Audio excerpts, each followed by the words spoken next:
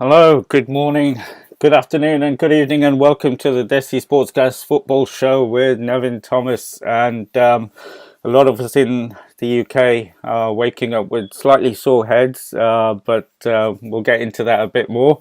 But it's really good to have you joining us, and we're trying something new. We're going live on Facebook as well this time, as well as YouTube. So we're trying to expand the audience reach, and we'll see if we can improve what we produce as well. But one thing I know for guarantee is the people that we have on the show bring the viewers in and the engagement.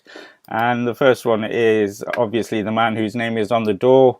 Hey, Nevin, welcome to the show. How are you, my friend? All good, Bharat.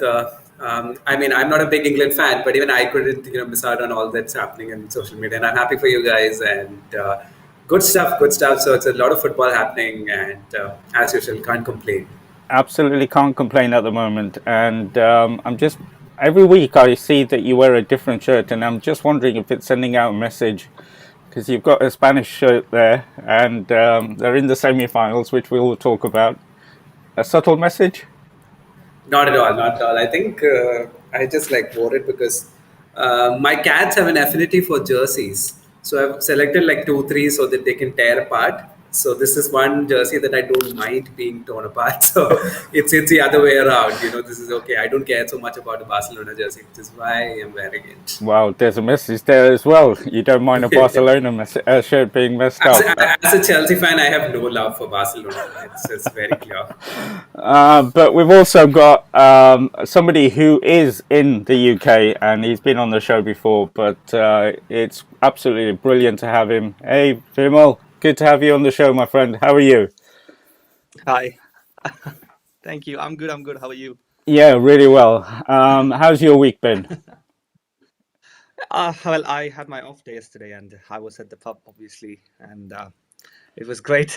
It was great to see people so happy and, excited. And it was a really great experience, to be honest. Happy and excited is a bit of an understatement when it comes to English football fans. And when we get to the latter stages, especially, we have the family, the rest of the family joining in. It becomes Yes, people who don't normally watch football are down the pub throwing pints around.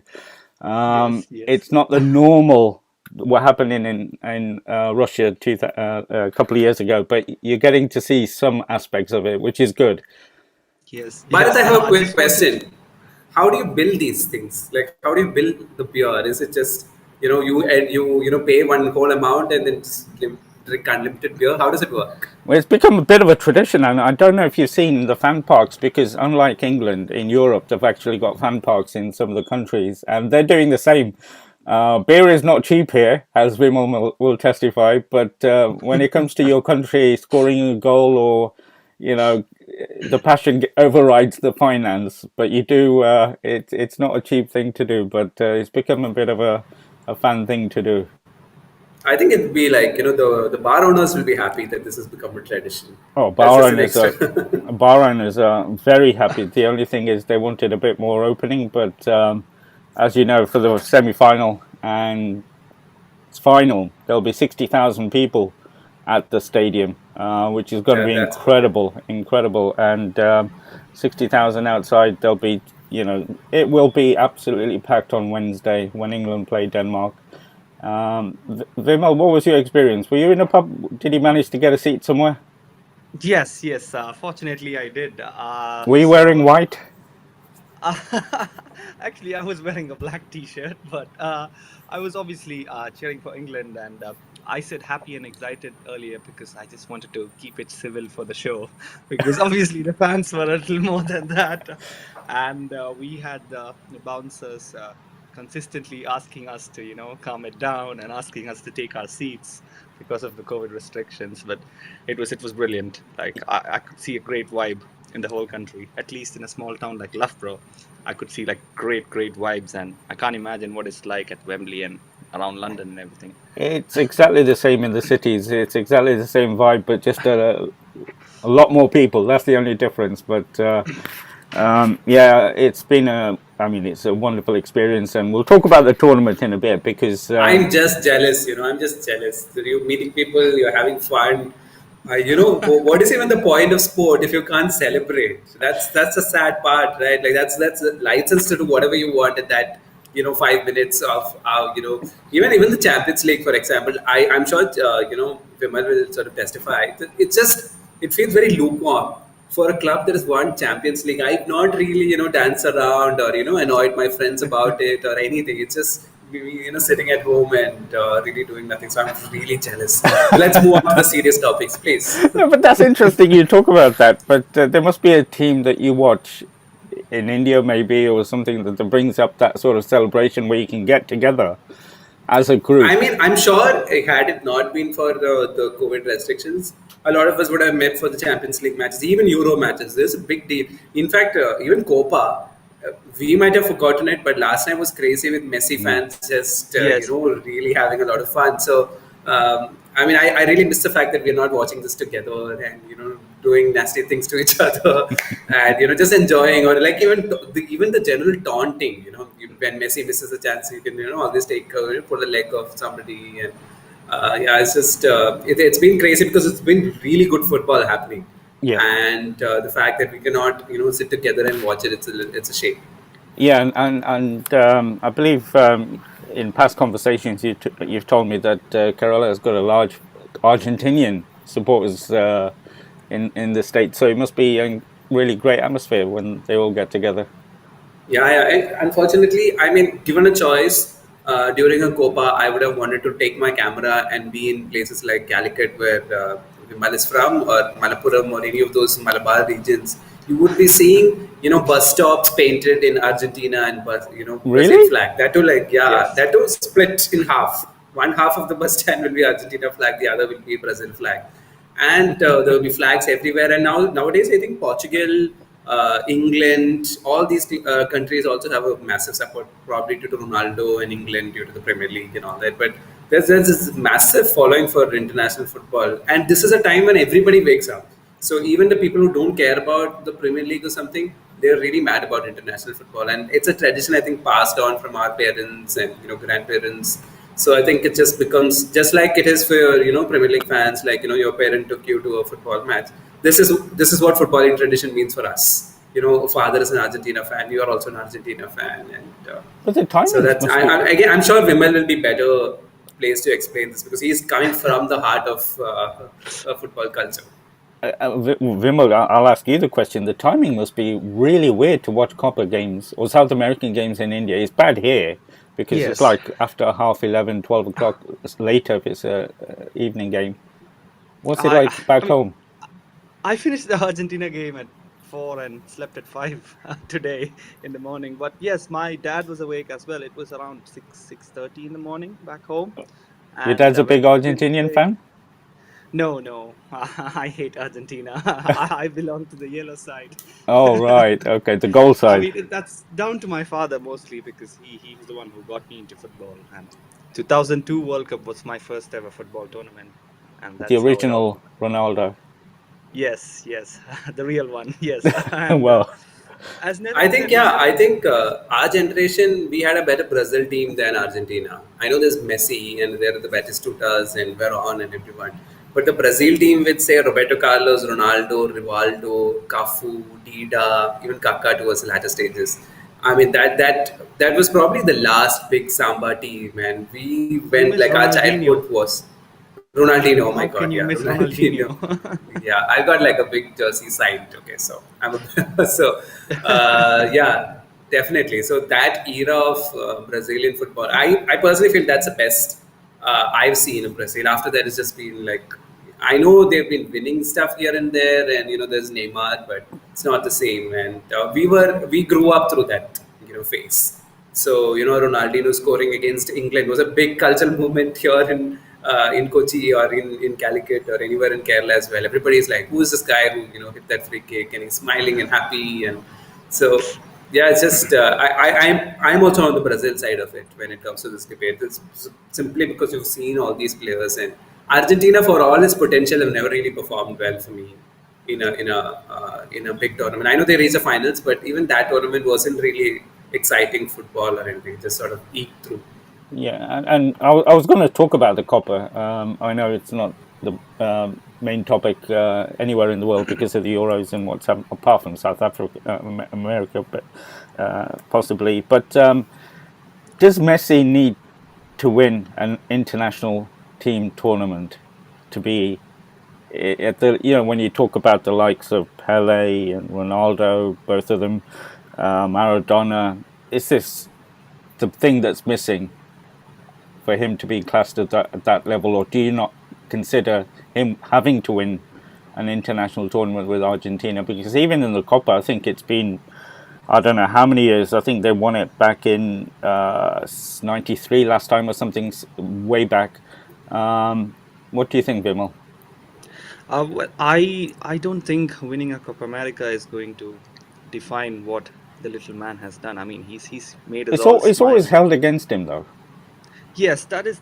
I don't know. Even I don't Ronaldo with believe that. Portugal has won the Euros.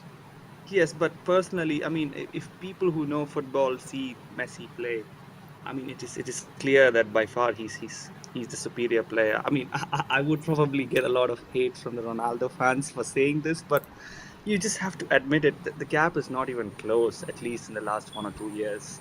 I mean, the man is just simply mesmerizing. I mean, every move that he makes, every decision he makes, even the smallest of passes or something.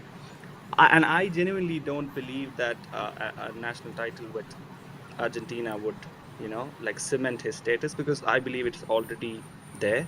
And but even as a Brazil fan, I would actually like to see him win something, because I've seen him like lose it, like when he was so close, and like I think to Chile for the last 2 years, and it is painful to see such a great man not able to win the one thing that he wants to.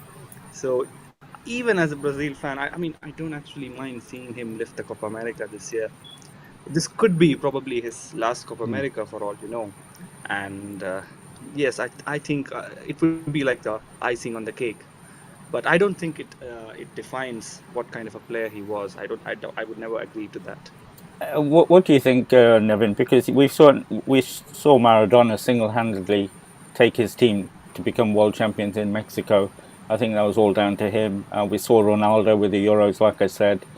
Why can't Messi do it? I just to jump on to women's last statement, icing on the cake. I think it's a fantastic cake that doesn't require an icing. It's just a brilliant A cake cherry as on the it cake. is. Does it deserve a cherry on the cake, though? Yeah, it does. And I mean, like Vimal said, we're all happy. But I think this is also a construction of the Penaldo and Pessi era, where everybody is just looking to come up with some banter online, or it's just ridiculous that that despite what Ronaldo and Messi has done on the pitch, they still have to go through this criticism every day. And as of scoring a penalty is not it is something that can be done by everybody. And if Ronaldo is getting all the penalties, there's probably one reason why they're giving it to him, right? So it's a ridiculous thing. And it's a, I think, the very social media era sort of defined. Of course, the Maradona and the Pele will keep coming and saying that they are greater than the others.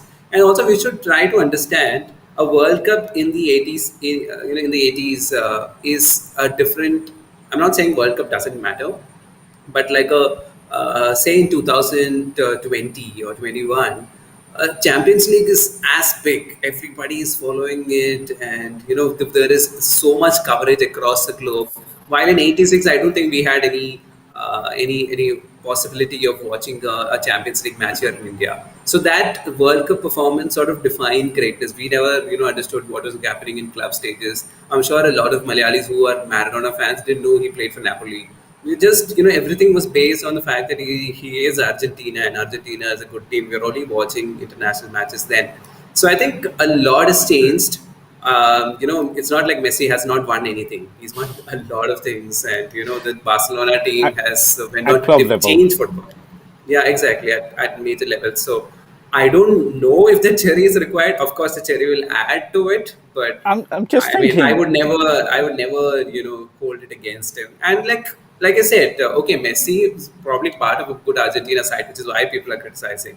What happens to a Michael Laudrup or even a Puskas, even in the great Puskas or something. It's not like they needed to win a lot of trophies to be considered a top player, right? So I think it's a little unfair on Messi. I think a lot of people who genuinely criticize comes. I think it comes from the fact that it's not like Argentina didn't have good teams.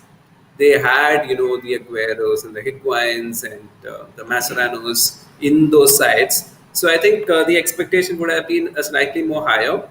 And the second part of criticism is mostly because somehow Ronaldo gone on to win a trophy, and now that can be used against Messi. But I'm not a big fan of this Messi versus Ronaldo debate. I think that is spoiled football because I like the rivalries to be more about teams and not about individuals. I So think it's because we're very lucky to have two of yeah, these this in the exactly. same era.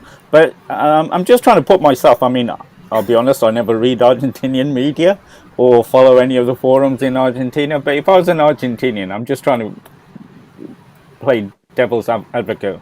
We've got the best player in the world. One of the was Ronaldo, and a legend, absolute. There's no doubt about that. And he can't get us an international title. Vimal? Silence. No, I thought Vimal is going to answer. But If we had, like, if in India, I mean, the only analogy I can use is probably cricket and the pressure. Virat's got to do it for us. We've got a player like Virat. Obviously, we've got fantastic players, but if that one player had the power to take us to a title, he was producing it day in day out in club football. But for the national team and for as a national Indian national, well, not me, but you know what I mean. You'd want him to lead us to an international tournament victory. of course, that is without a doubt, yes. But I don't know. I don't know how to put this. The thing is, I don't think Argentina fans or people from Argentina will ever have hatred or like badmouth Messi just because he couldn't win the title. Maybe a small section of the fans might say, Maradona did it. Why couldn't he? He always plays for Barcelona, but not for Argentina and all that. But I don't know. Maybe if I was from Argentina, yes, I would be like, oh, come on, he has to do it once. He's the best. He can do it. But I would definitely feel that way. I can't deny that. But like I said, it wouldn't change the perception that I have for the player. Yeah, he's just simply amazing, and we should all be just really lucky that we have a chance to watch him week in week out, and for the last how many years, for like decades now, and it is just amazing that he can do what he does, like on a daily basis, and you just have to love him for that. But again, as a national, maybe yes, I would be a little frustrated that he hasn't done anything for the country. But I I really just want to can't. add. No, I just want to add. I think you would be disappointed because having had like the greatest player, one of the greatest of all time, being part of it. I think it's fair to be disappointed. Oh no, we missed it, but you can't blame the player for it. It's just I mean, it's a sad. Like it's like if Sachin didn't win that World Cup, you won't say Sachin is a bad player or you won't badmouth Sachin for not winning the World Cup, but you would think it would have been the perfect icing if Sachin had, wins the World Cup. I think it's similar. I don't think the blame has to go to one particular individual. I don't know. Okay, maybe there are politics also. I see a lot of fans saying, Messi is the reason why Aguero didn't play a lot in this side. He wanted Higuain over Aguero. I don't know why, but it seems like they're good friends otherwise. All these accusations here and there, but I think it's just, rumors and it's not like this. It's not like Messi has come on the pitch and just delivered a horrible performance. As sometimes his shoulder goes down, sometimes he doesn't seem to be really up there. But that's common in Barcelona also. When things are not going Messi's way, he's not that player who stands up. That is just a characteristic of a player. And it's up to the teammates and the leaders within the team to understand that we've got a little genius, we need to protect him and give him the best. So it's not always on Messi to be the captain also. You need to understand that he's a particular type of a player that you need to preserve and, take care. And I think the likes of Iniesta, Xavi, Busquets, Puyol, all of them knew this about Messi, and they could get the best out of Messi. But once he became the star of the show and became the captain and leader and all that. I don't think he enjoys it so much. So I think it's a mix of all. I was just finishing a couple of points just before we finished on the copper, and something you mentioned, Nevin. The last Samba team was probably the one that won in Korea, maybe Japan, that World Cup that you're referring to. Is it because the South Americans are now coming, all of them, all the top players obviously playing in Europe now, and they're having to adapt to European style football, so they're losing that Samba, if we're referring to Brazil, obviously Argentina and the other countries have their own style. Do you think that's had an impact and that's not helped their game? I mean, I have the answer to it because I did ask Hernan Crespo this when he was in Chennai. Oh, I wow. asked the same question to him, and he said yes. He was very honest about it. He said now the players are going to Europe at the age of 15, 16, that they are now factory products. They're good. They are fantastic in a system, but that individual flair or what always what we associated with South American kind of football, that magic that they bring to the pitch, I think it's just gone, and it's partly due to the European football. I think it's a greed in some sense, but you can't blame the other side also. They're battling poverty, so if a 16-year-old can save a family, they'll do it. Yeah. So I think it is true, and it's not even my answer. This is exactly what Crespo also said, and I mean, who are we to disagree? He should know Yeah, it. absolutely. Yeah, he should know it. Yeah, it's Yeah. perfect. And Vimal, I mean, the analogy I would use that while they were back home in South America, they were playing with the heart. When they come to Europe, they have to play with the head. And that changes, doesn't it? Yes, yes. I mean, and I also want to point out that the previous Brazil squads, at least the ones that I've seen, had more than just one superstar. And in the current squad, I wouldn't call, apart from Neymar, I wouldn't call anybody else a superstar. And like you said, like in Europe, it's more technical, and it's not about like playing it beautifully. It's about playing to win. And I think the failure to adapt by the South American countries is why they have not been doing well at major international tournaments. It just has to be like you have to move on with time. You can't just stick to your old ways and try to win everything. That's not how the world works. So I think that's one of the reasons why, well, the newest generation of South American stars have not been able to make the most. Like Nevin said, for example, somebody like Vinicius Junior. I mean, he was scouted by Real Madrid before he even became an adult, and then he went to Madrid, like one of the biggest clubs in the world.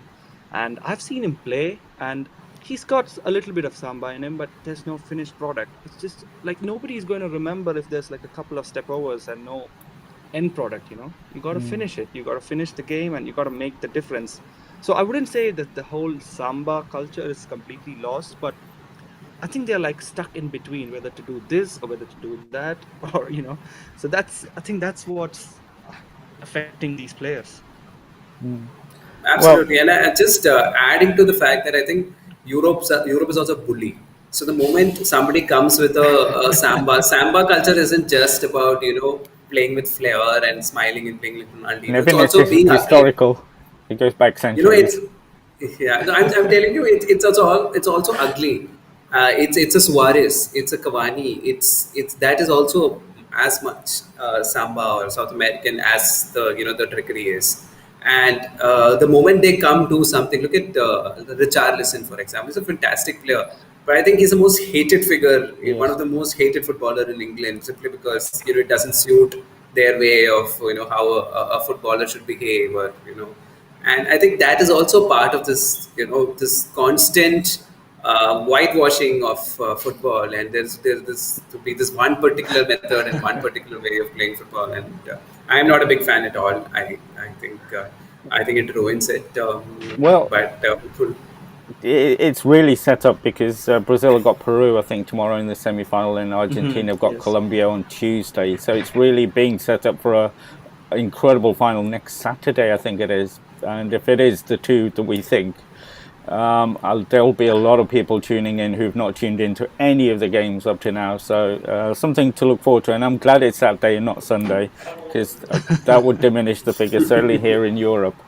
But just following on from that, this is just something because I caught it on Amazon today, and just a thought came. They put on a new documentary. I think it's only 3, 4 part on Guadalajara, the Mexican team, Chivas.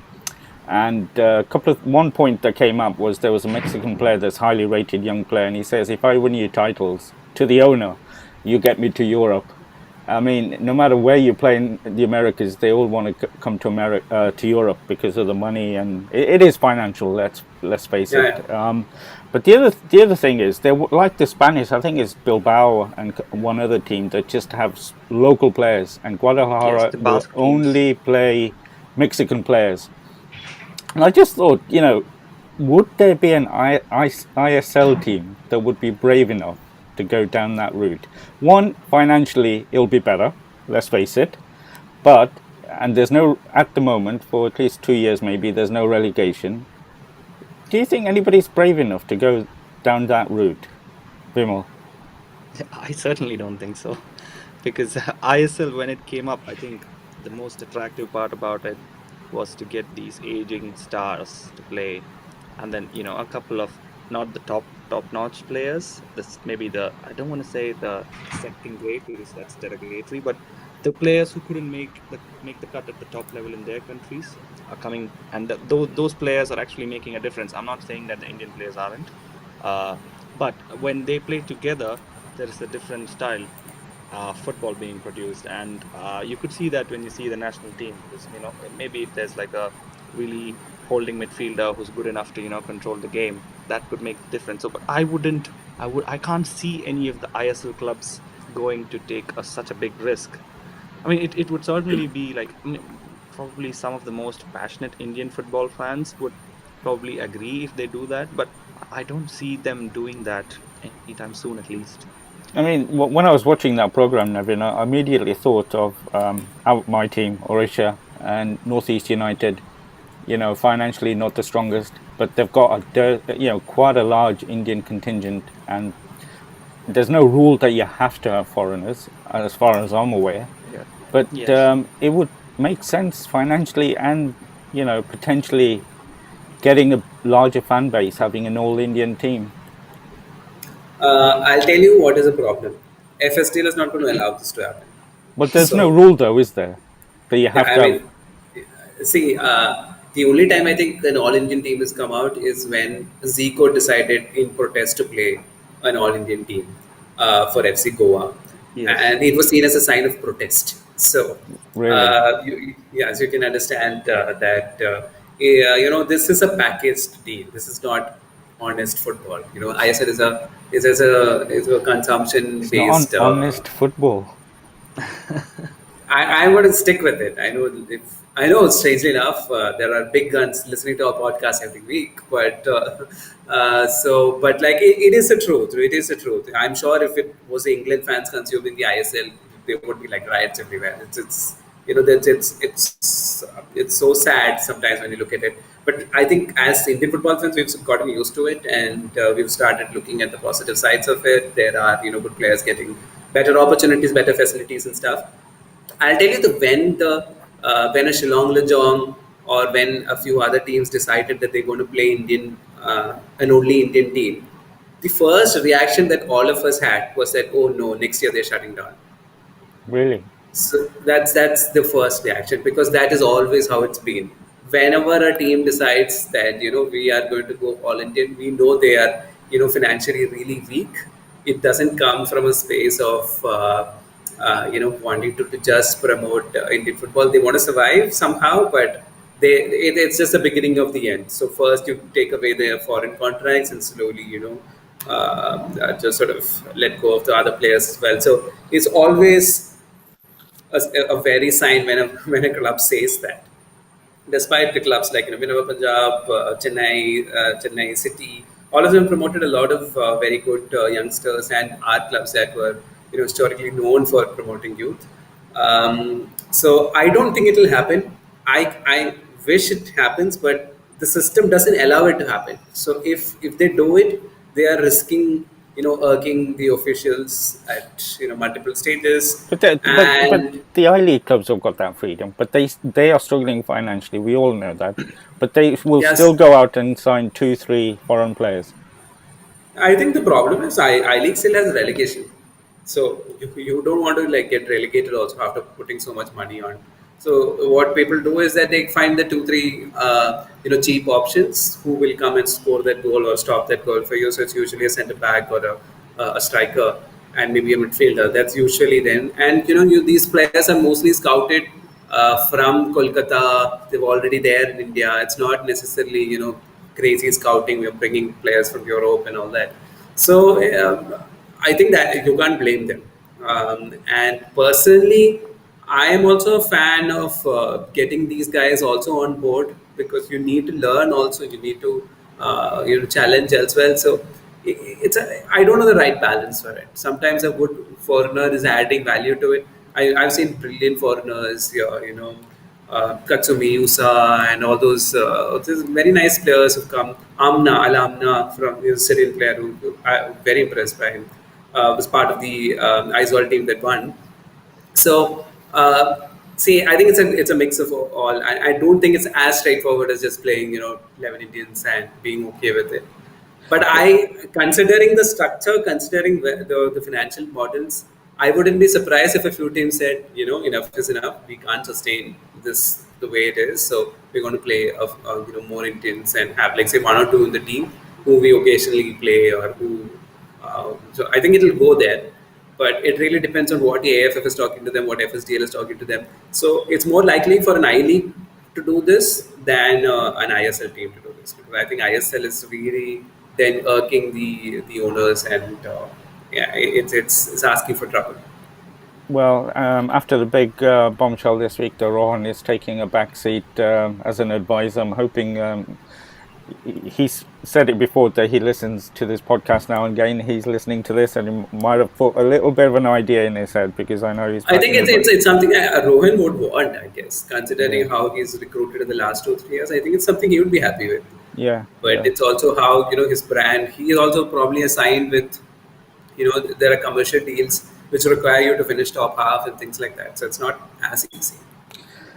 Moving on, and I'm just wondering, Vimal, has Tuchel missed out on Jadon Sancho? Well, I don't have. I'm not really worried about Jadon Sancho because I think we have good players in that position.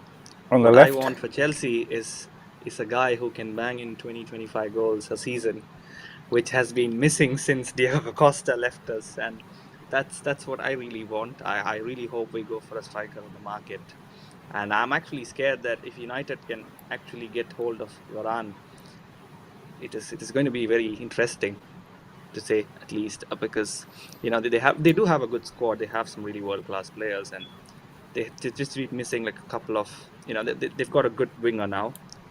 Who they can like actually trust to deliver, at least based on the performance so far. Sancho is just incredible, and you saw it in yesterday's game as well. What he could do, he was literally running circles around the defenders. And They I were mean, you could Ukrainian. obviously argue that it's just Ukraine, but he is world class and he's done it. I don't know if you guys remember the Dortmund game against Barcelona, where he scored a fantastic goal. He took a turn and then just beat Ter Stegen, and it's not easy to beat a keeper like that. Ter Stegen is world class as well. Yes. So yes, and I'm actually happy that he's come back to England, and it would be interesting if he scores against City, and I'm looking forward to the celebration or not the celebrating that follows after I don't know that. if they've got a sale on, of fee that they might get some of that 70 odd Yes. million part of that. But Nevin, when you look at Sancho, Fernandes, Rashford, that's not a bad midfield. Mhm. At all. It's actually a very good team. But strangely enough, United fans are still crying. They still feel that their team doesn't spend enough, and they need backup in like literally every position in the. I think this is already a very good squad. I know maybe a centre back will definitely add They value, do need a especially centre something like back. Varane.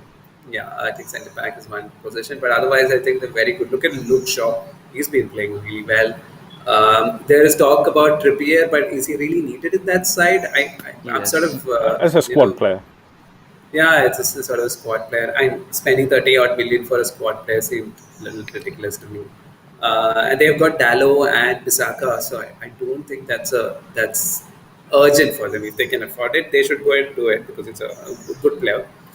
And then you have somebody like Van de Beek sitting there, so it's not even like a squad that is fully used. And Yeah, I still feel the likes of Dan James and Ahmad and all of them are good squad players, yeah, definitely good squad players, good enough to eight the first 11. So it's a very strong team, and I don't think United fans should be complaining this summer. I think no. they went ahead and done these deals quite fast as well. They've not waited for the last month. So good times for United fans, I guess. Yeah, and unlike your boys, they don't need a striker. When you've got that midfield will get you a lot of goals. And obviously they've got Greenwood and Cavani up front. I think Varane, if they get Varane, then yeah, they are going to be challenging Man City. So that'll be interesting. But we have to obviously end the show. I say end. We've got quite a bit of time.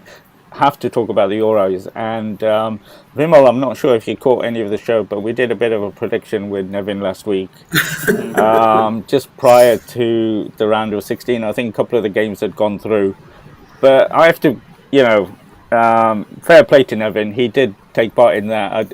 It wasn't out of choice, but there were some unusual results, put it that way, in the round of 16. Um, Denmark had it easy against Wales, but the Austrians pushed the Italians. Netherlands was the big one for me, losing to Czech Republic. Nevin, I know you predicted them to go far. Disappointed? Yeah, absolutely. I think it came from a space of being Netherlands fan that real logic, because going into the tournament, I had zero expectations from Netherlands. So then the group stage performance sort of was sort of like eye candy in some sense. So like, wow, this team can play. Van Aldum and everybody sort of really hit their peak form, and then they just disappear. It's just, I think it's a story of Netherlands and Depay and all these players. They've not really reached world class levels yet, and the red card certainly didn't help for Delight. So I was very disappointed with Frankie Dion as well, because I think he is, to me, the best player for that team. I know everybody talks about Wijnaldum, Depay, and all that, but I expected him to play a significant role in this Netherlands side, but he was sort of nearly absent. But we have to accept the fact that this is still a young team. It's not like a Belgium where the era is gone. I think they can They still just do it. need a good manager. And I think you need the defenders. You need their top defenders like Van Dijk and everybody ready there. And a centre back combination of Van Dijk and Delight would be, I think, would be a big boost. So it's there. I don't think as Netherlands fan you need to be sad, because I think nobody was expecting anything in the first place. And I think I've been very surprised by Czech Republic, Denmark, Switzerland. All these all these teams have really played well. And I was just wondering if that's partly because the squad is fresher. These are not players that were playing, 50, 60 matches this season.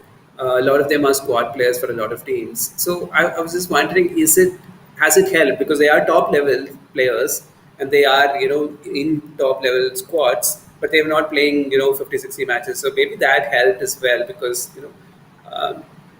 everybody's calling Christensen the new Maldini. So, That a was lot some of, goal. yeah, exactly. And we are pleasantly surprised, happy that France is out. I was getting really bored with that team. Vimal, how Uh, did France lose to Switzerland? And personally speaking, when Mbappe came to take that penalty, I would have put my mortgage on that, him scoring. I have This is one, before Vimal says, there is something Vimal might not have heard from the last podcast. I called him the Traore. So I called him the Traore because it's, I don't know, I was really disappointed with Mbappe throughout the match. He just runs with the ball. It seems like No he'll do end what he product. wanted there. It's just, yeah, it's just very disappointing to see such a talented player just do whatever he wants. With Yeah, that, go ahead. with that squad, Vimal, how did they lose to Switzerland? I know they lost 10 penalties, but they were what, 2-1 up or something, or 3-1 up even with 10 minutes to go. A squad with that talent. okay. So I have a friend here who's studying the same course as I do, and he told me that, I mean, it was a very interesting analogy from him. He's like, if any team's conceding more than 3 goals, you don't deserve to win a major tournament. That's how he simply put it. And he didn't single out any player, but I mean, I wouldn't be very harsh on Mbappe, honestly, because he's just 20, 21, and he's already won the World Cup. And he's just a kid. Come on, he's 21 years old, and you can't just blame a kid just like that for missing a penalty. I mean, it is crucial, but I think it is kind of a learning experience for him. And as what you've asked me, I mean, how can a squad like this lose? I really don't know, because I think what it's like, just like what happened with Germany. They should have probably said goodbye to Joachim Löw a little earlier, after they won the World Cup probably. And I think that is the same case with Deschamps as well. Once you win the biggest prize, you don't know what to do next, because you've won it all. I mean, you've won the best prize there is. So, you don't know how to go forward now. And very few people can, do that. And I think that's what's happening with France as well. And I'm not really sure about these rumors of, like some issues within the squads. But if that is true, that has always been the case with France. There's always some trouble within the squad. Like even when it was with Anelka and like Valbuena, now there's like Benzema before this Euros, then now it's like Giroud, and so there's always some tension within the squad, which is a French thing, I guess. I don't know, but yes, it was surprising that they lost. I mean, they were obviously the favorites, but I think in a way even I'm happy, because I genuinely think I genuinely want Italy to win, because I mean they've been fantastic. There's You no have to doubt give about it. that. I think the fact that they couldn't qualify for Russia, I think that really hit them hard. They're a And really good watch. yes, and they're a passionate, country about when it comes to football. And I really hope that this is sort of a. I hate Italy again. I have to make that very clear. But I just hope that sometimes you just wish, like, if a team has gone through a lot, you know what? Yeah, just let them just go and win it. That's the same case with England as well. You Well, guys have been through a lot for so long. you were here for the England-Germany game, and you must have realised how big a game that is for the Yes, English. yes. That is. I could feel it on the road. I was working after the game, and I could see people, like drunk people, doing so much on the roads. Some of them not really legal, if I'm right, but well, you gotta give it to them. They're having the best days of their lives in the last couple of weeks at least. So I wouldn't stop them from doing anything. Let them go crazy. It's not every day you see them like this. I mean, of all people, Muller missing that opportunity, Yes, Nevin. It I was, love that. I love every bit of that. but that was a huge I think I would have put more money on Muller finishing that over Mbappe Mbappe. penalty. Yeah, yeah, Yeah, it's like it is his bread and butter, and yeah. to finish But I not agree miss with that. Vimal. The German team does need freshening up. I think Joachim Löw probably stayed on for a few more years than he should have. But I think I somehow feel German team itself doesn't require freshening up. I think it's more on strategy, yeah, and I don't think the players are the perfect problem. I think in France it is. I think Pogba, Kante. I think you need to push them now. I don't think Kante played really well at all, and Pogba, for all his brilliance in the forward regions, was not that great in defense. Rabiot is one player that is very confusing for me. Every coach seems to like him, but I don't really find him that good in the on the pitch when I see on TV. At least maybe there are things that I don't understand, and I don't know. It's just it's this French team has to now say, we're going to press restart. Let's go with younger players. Mbappe for sure, definitely, because he is the future. And just build a squad around young players now. That let this generation just pass, because it's not like a team. It's not like France. France B team could have qualified. I mean, they're just a very very strong squad. So I think it's high time the Pogbas and all these guys are told that there's nothing granted in this team. It's not like you can walk in and just expect to do what you want. And I think Vimal is spot on in terms of you can't concede three in a tournament and expect to win. And it's not like the personnel was a problem. You have one of the best defensive midfielders in the world. You have best, great defenders. You have surplus defenders that Laporte is now going and playing in Spain.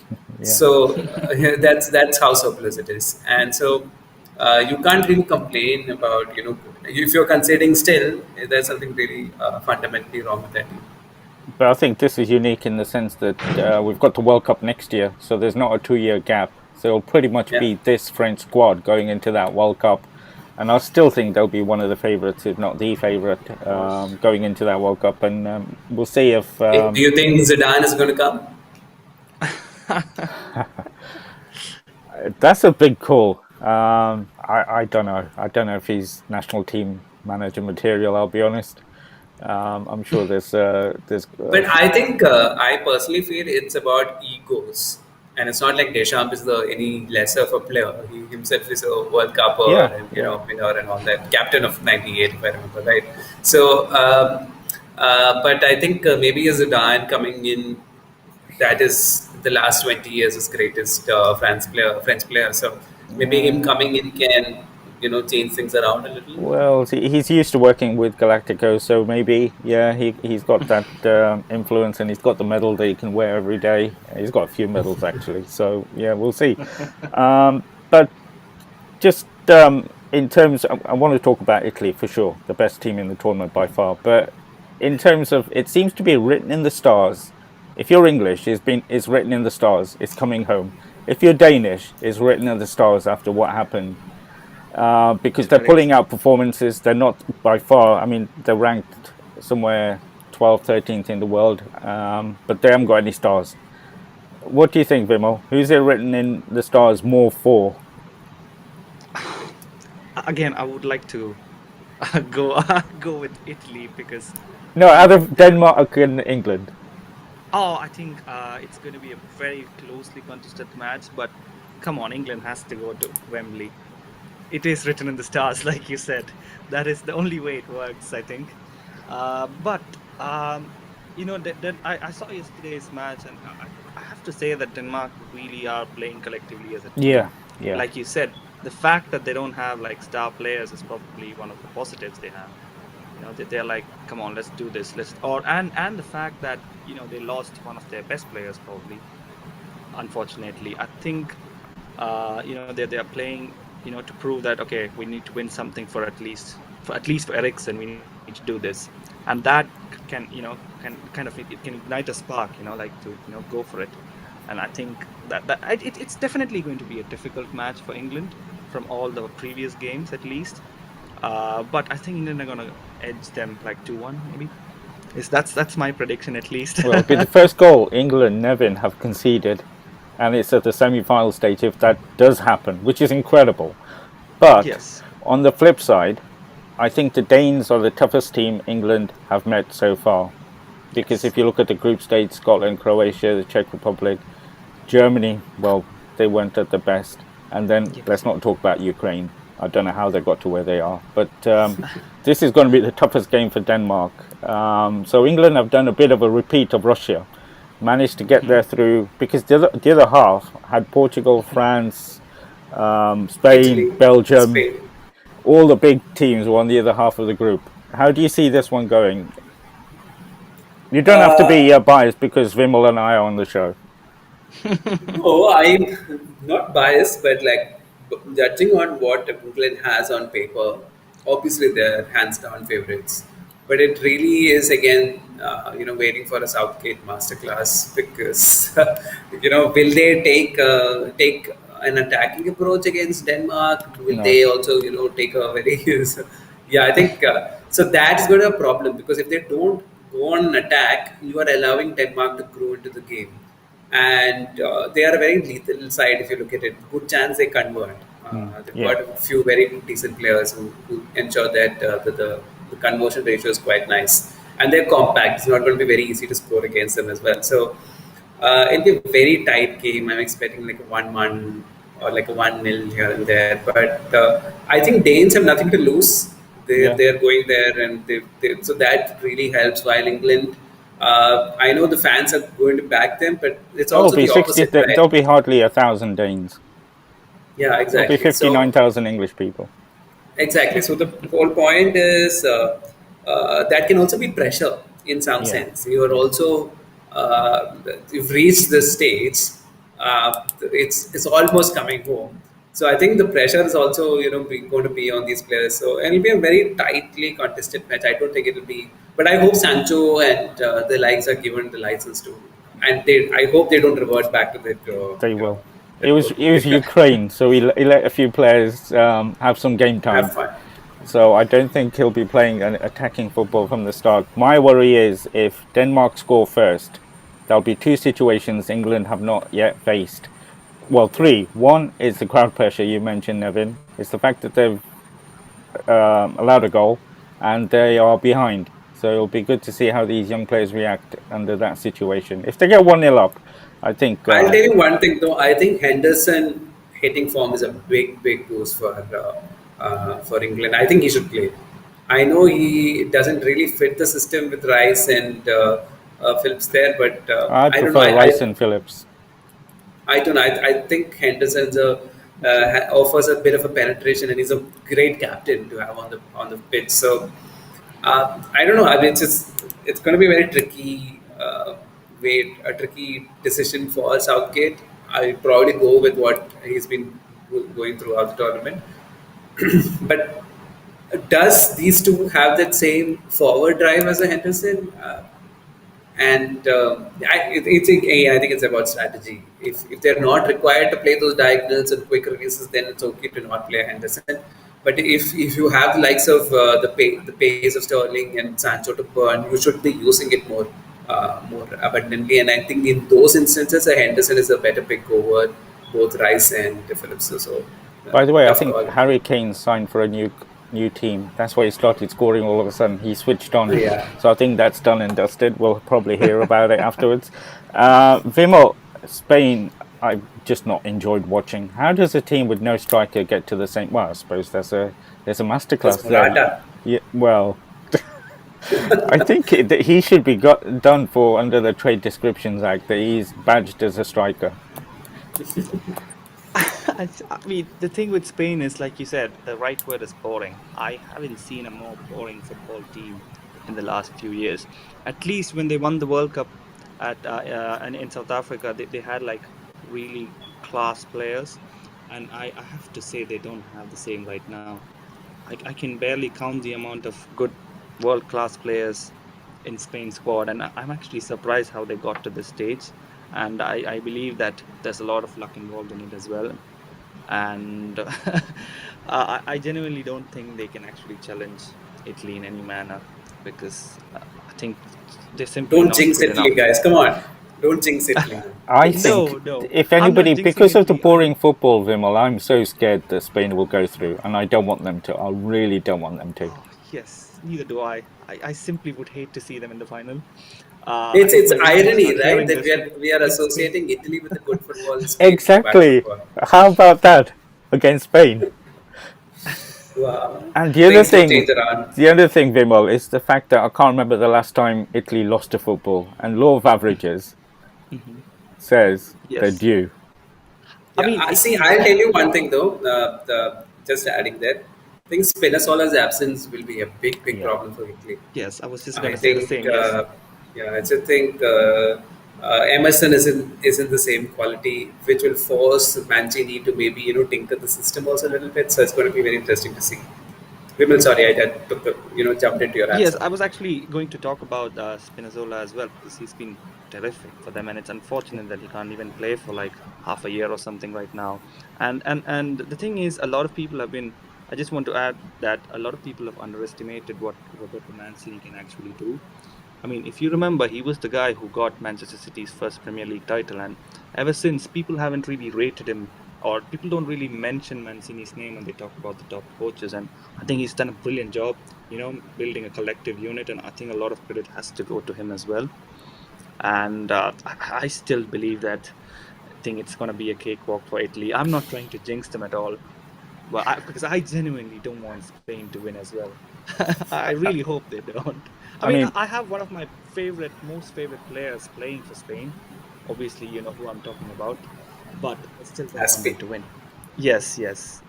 I would feel bad only for that man, but otherwise, I really don't have any. I really hope they lose. I still feel immobile.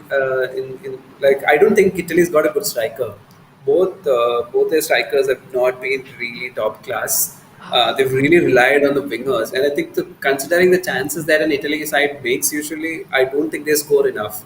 So, but like I think Spain has been quite weak in their back. They're not really great at defense. They've been scoring goals and somehow getting through. So, it'll be and to see somebody like a Chileni coming and defending like that. So this is Italy. So, Uh, so yeah, I mean, who, I would who, put my money on Italy, but I think I got all the predictions wrong in the knockout phases so far. So. who says you I, need fast pace centre backs with pace? Who says that? when you have a wall, right? You just like you are the I wall. mean, honestly, Bonucci is 34, Chiellini is 36. It's just 36. unbelievable. Unbelievable. The performances they're putting in. But I've also have to mention the goal Insania scored the other day. What a Yes, yes. Brilliant. amazing goal. I don't know why. Why would anybody who's seen football allow this fellow to cut though? I think it's also like I think coaches should be like, don't allow Incendio to cut it to his right foot. This is what he does. This is his favorite thing to do. He'll try it 10 times in a match and he will score also. I think it's just it's also bad defense in some sense. Just show him the outer path. Never ask him, never allow him to cut inside, and or maybe it's just very skillful that despite the defender knowing it, he can still do it. But Yeah. never allow him to hit from that kind of a range because he's quite lethal and he does Oh, this regularly for his club as well. So I love watching him And I play. just wanted to add to the striker conversation. If that way, if you look at it, Spain, I mean, Spain's got Alvaro Morata up front, and I think he's not world class either. So No. I don't think the You strikers will guys have be. all I think should know about that. Ferran Torres is a better player, and I Yeah, think he yeah. is sort of But Ferran joining in as a Torres is a striker. younger he version doesn't of score Jesus enough. Navas, I guess. Yeah, I You don't saw think him so. in the other game. He had a few chances. He was nowhere near. Yes, yes. that's And true. Morata, I mean, it's unfortunate Morata with the abuse he's getting online, but Yeah, that's not he's simply right. not. Yes, that's not cool, but he's simply not good enough, in my opinion, at least. I I mean, he mean, scored a banger of a goal in the last match, but with a good touch and then like volley. But that was, I think he's not just good enough. He's I never think been he's good a enough. phenomenally talented player, but his mental space has always been a big problem. Yes, I think very it was fragile. Yes, Buffon or somebody. I think Buffon or somebody who said about how this fellow came from Real Madrid, yes, yes. and that they had to pick him up and say, just act. This is not easy world, and so I think that has always been Morata's big problem. It's not never about talent. I think he's a phenomenally talented footballer. He's good in the air, great touches. He is everything you can hope for, except that he can't that score. mentality. No, and I think it's a when going gets tough, that Suarez element or a Diego Costa element needs to kick in for a striker. You need to get ugly sometimes, and he doesn't Yeah. do that. Well, God, I Vimal love at the start Costa. of the show saying you're looking for a striker. And Yes. We're not getting Morata for sure. Every time somebody mentions Costa, I cry a little inside. no, he is a one-off, a ruthless guy. You don't want to be a defender up against Costa, Yes, yes. definitely. Um, I think I think he's a fantastic teammate as well. He's just a joker. You don't know what to expect. So if you see a lot of Chelsea videos, he seems like a very fun guy as well. I mean, unpredictable. He'll probably do Definitely, some yes. crazy prank on you as well. But what a character! I mean, this is what I told you about the South American nature. I miss that. I yeah, miss that element in football. We don't want everybody to be just perfect. We need the oddballs. you do, absolutely. But just ending the show in terms of Italy, I mean, nobody was talking about them at the start of the tournament. Certainly not in the programs I was watching. Nevin was, quite rightly, but Nevin often gets things right rather than the pundits who get paid a fortune to talk about these things. Hello, that's actually the only prediction I've made right in Euros. But you know how Mancini's done it, and let's face it, he's not done it with publicity that this team is really up and coming and it's great to watch and fantastic. It'll be unfortunate if they don't win. because I think they are by far the best team in the tournament. But if they don't win, and let's say for sake of argument and keep me and Vimal happy, England win, would you still say the best team didn't win? I would say I'm so. Yes. okay. It's Vipul. Sorry. I mean, I thought it was No, no, me. no. Go ahead, go I ahead, go would. ahead. Yes, I would definitely say so. I mean, if Italy wins, great. But if England wins, I would still say that okay, the best team probably lost. But then that's doesn't matter. I mean, nobody remembers the best team. They only remember the winners. So I genuinely think that Italy are the best team, and I think they deserve to I win. personally feel the best team always wins the tournament. There is no two ways to Even look at it. Greece? Even Greece. But I mean, if nobody could defeat them, that is it, right? They're the best team. Well, they hardly won any games. I think they got through on I mean, penalties and. but they nobody defeated them, right? Because if you look at So it, the only one that is in that category now is Spain. I think if Denmark win, yeah, they put in the performances. We've seen the collective spirit. They deserve. They do a repeat of whenever they won it that time when they came off the beach and won I the think Spain tournament. is a fantastic story because this is a new team, and they'll say like without any expectations they went out to win a Euro. That'll be like the beginning of something else for them as well. So I think everybody's got a story to sell. Just how we look at it, but if England wins, they deserve it. I don't think we should talk about Italy. Well, And if England win, you won't stop hearing about it for the next 2 years, 3 years. Of course, yeah. I think even the World Cup won't matter No. because it's still. But yeah, that's true. But like, I mean, definitely for the neutrals, I think this Italy side must have been their favorites. I saw a lot of tweets saying, they are play acting and all that. I mean, come on, if you've been saying football enough, this is just part of football now. It's not something that's isolated and only happening for Italian players. Everybody does it. I And think the I classic think was in there was the. a Sorry, go on, Nevin. no, so please. No, I was just going to say, and the perfect example was when Italy scored their first goal. I don't know who was rolling Yeah. around as soon as Yeah, they scored. Zero Immobile. Yeah, Yeah, so he and I think that's the kind of shithousery we know as football fans. Just I think we hate it when it happens to us against us, but we've accepted it. For somebody who's not really familiar with football, they're like, what is the where is it's the not the integrity English of way, sport? Nevin. How many times? My God. It's So not. It's not the way it should be played. It's a gentleman's game. Like everything that yeah. we do in England is very gentlemanly. I can't believe football is a gentleman's game. Really. Just cricket, yes, golf, yes, all that Well, stuff, yes, boxing, but you have the football. Queensbury rules. Tennis, we have to play in white if you're Wimbledon. I don't know if you know the story. Ankita Reina was playing a doubles match, and I think she Yes. had a wrong color or too many colors, so they wouldn't allow her to wear that particular outfit, and she had to wear Wimbledon. So in England, we have to do things the right way, and diving and all of that we don't like. I know. We were ruled by the same guys for many years, so we still have we still have leftovers in the country, right from the administrative services. So we go through it as well. So yeah, absolutely. Well, But yeah, I just coming back to the point. I think whichever team wins, I think it's still a fantastic story, and I think that's true for the Champions League. I'm sure women will say that on paper Chelsea didn't play the best Champions League in 2012, but do we care? No. And I'm sure there were other seasons where Chelsea were arguably the best side, but got undone by like a bad refereeing decision or something like that. But at the end of the day, everybody remembers the team that went on to win, and it's not like the team that went on to win were bad. It's all a matter of perspective, I guess. yeah, absolutely. But one thing, Vimal, it's been a brilliant tournament.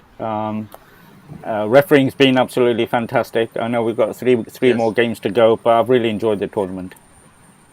Yes. And I'm actually heading to Wembley next week. I hope I get a ticket. But if not, at least I'm going to watch it in one of those fan parks. So my plan is to do Wimbledon on Saturday and then Oh Euros wow! on Sunday. Oh yeah, Yes. you have to share some I thought you images. went there for education, and this is not. This seems like some Nevin, unexpected tourism plan. Nevin, whenever you go abroad for education, it's also the culture. You have to immerse yourself in the culture.